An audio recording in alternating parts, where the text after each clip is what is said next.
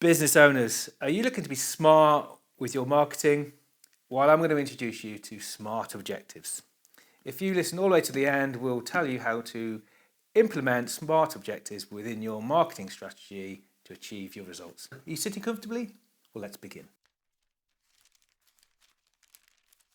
The merchant and the endeavour's compass. Willow was no ordinary merchant. A touch of the adventurous stirred within her, a yearning for a distant land and untold stories. So when an old weathered ship called the Endeavour was washed up ashore during a tempest, she couldn't resist exploring its depths. The ship was a labyrinth of memories, a silent testament to a journey's past. As Willow ventured deeper in the ship, the air grew thick with the scent of salt and old wood. In the captain's quarter, a peculiar glow caught her eye.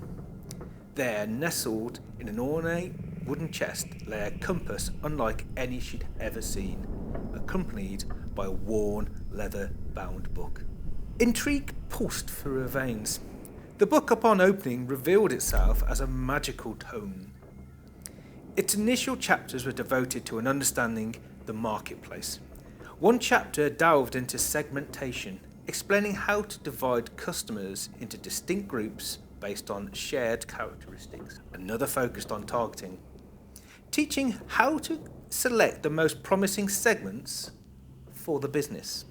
Willow was captivated. She realised that to succeed in her business, she needed to understand her customers' needs.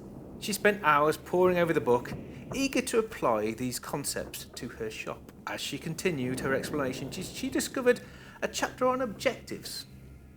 It outlined a system of goals that had to be specific, measurable, achievable, relevant, and time-bound.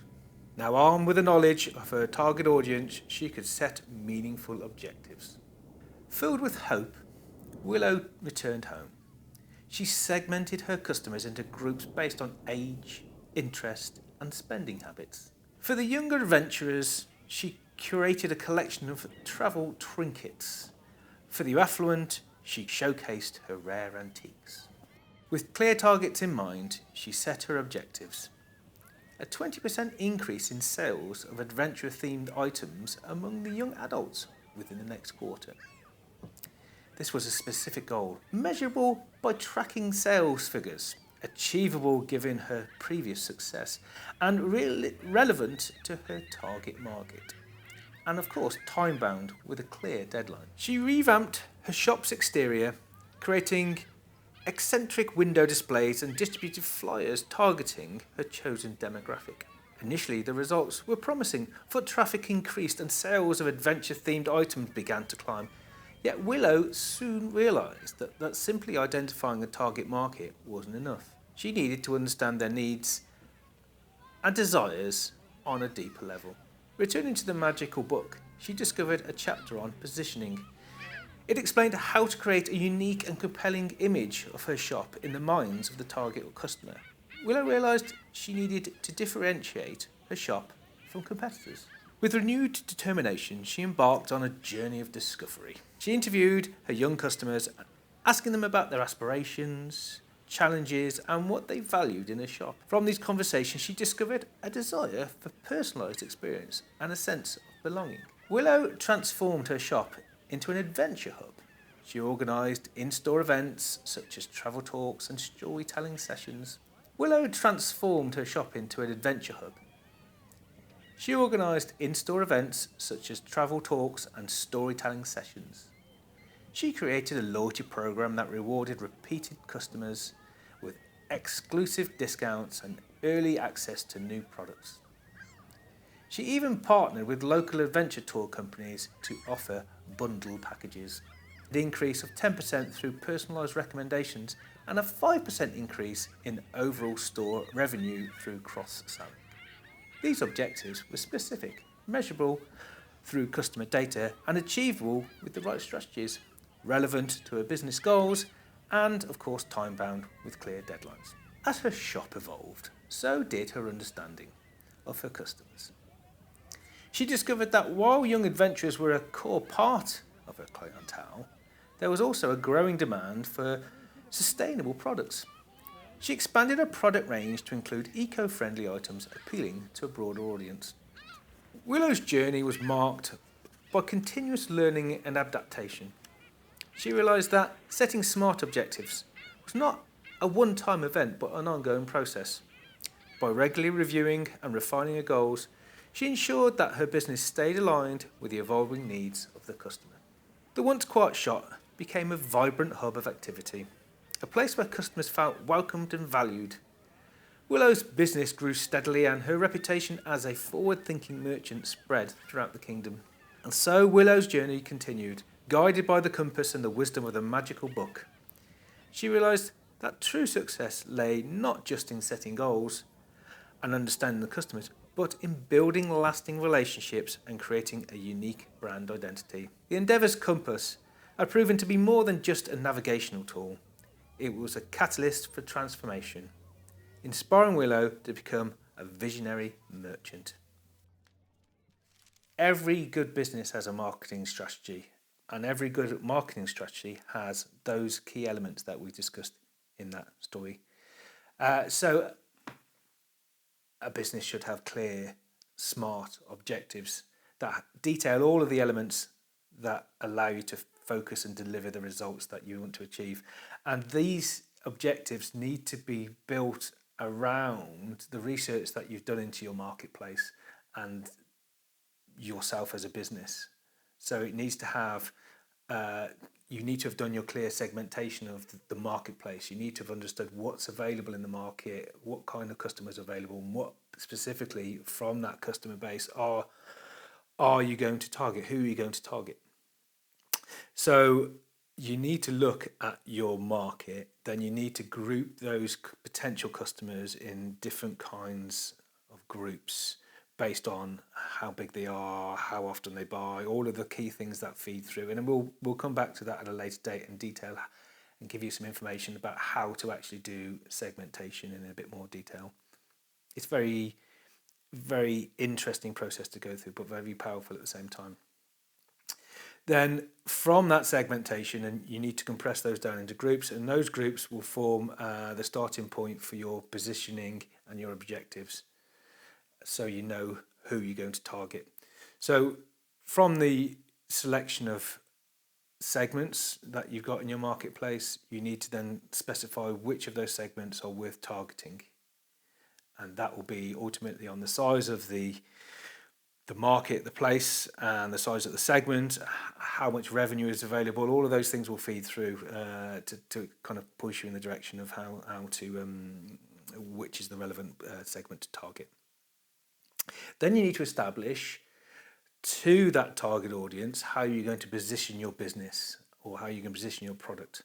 Now that needs to be detailed in a way that explains why you're better than the competition. It's what you want your potential customer to look at and realise and understand about you as a business, what they perceive about that product or service from a distance. That's what you're kind of you're developing when you're developing the positioning.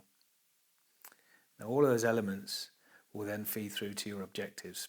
So if you've got clear details about the segment and the target you're going after, and you've got clear details of what you're going to position to that target, then all you need to do is work out what you want to achieve within that sector, what you want to actually have as an objective, then provide the smart outlines for it. So it's smart, measurable, attainable, relevant, and time-based.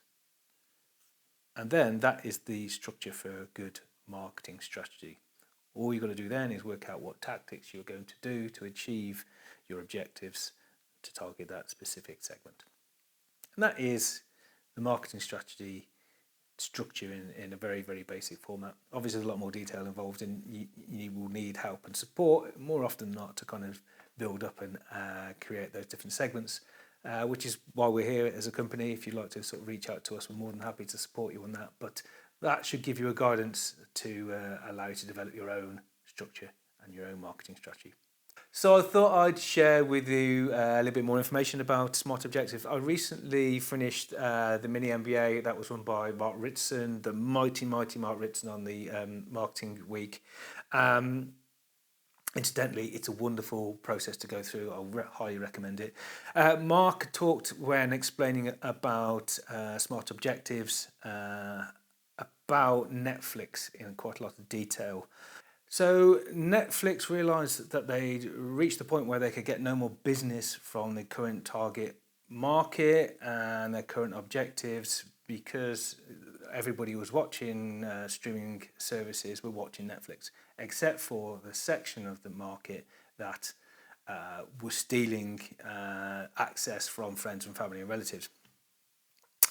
Now, you might remember in the media, for a long time, Netflix said it's fine. You can all share and use your passwords, and we don't mind because we're happy to engage with new customers, potential customers in the future.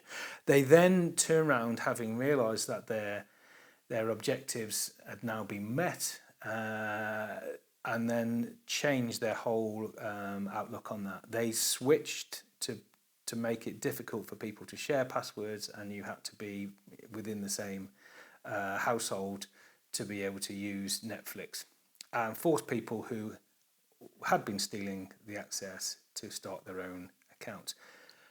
This was a clear change of their objectives and their focus as a result of the situation they found themselves in. So they had originally been going after the wider marketplace. When they reached a saturation point, they then switched their objectives to changing to trying to bring on board those that hadn't got an account but were using the streaming service by changing the structure of the membership or setup so that they can force that sector to sign up.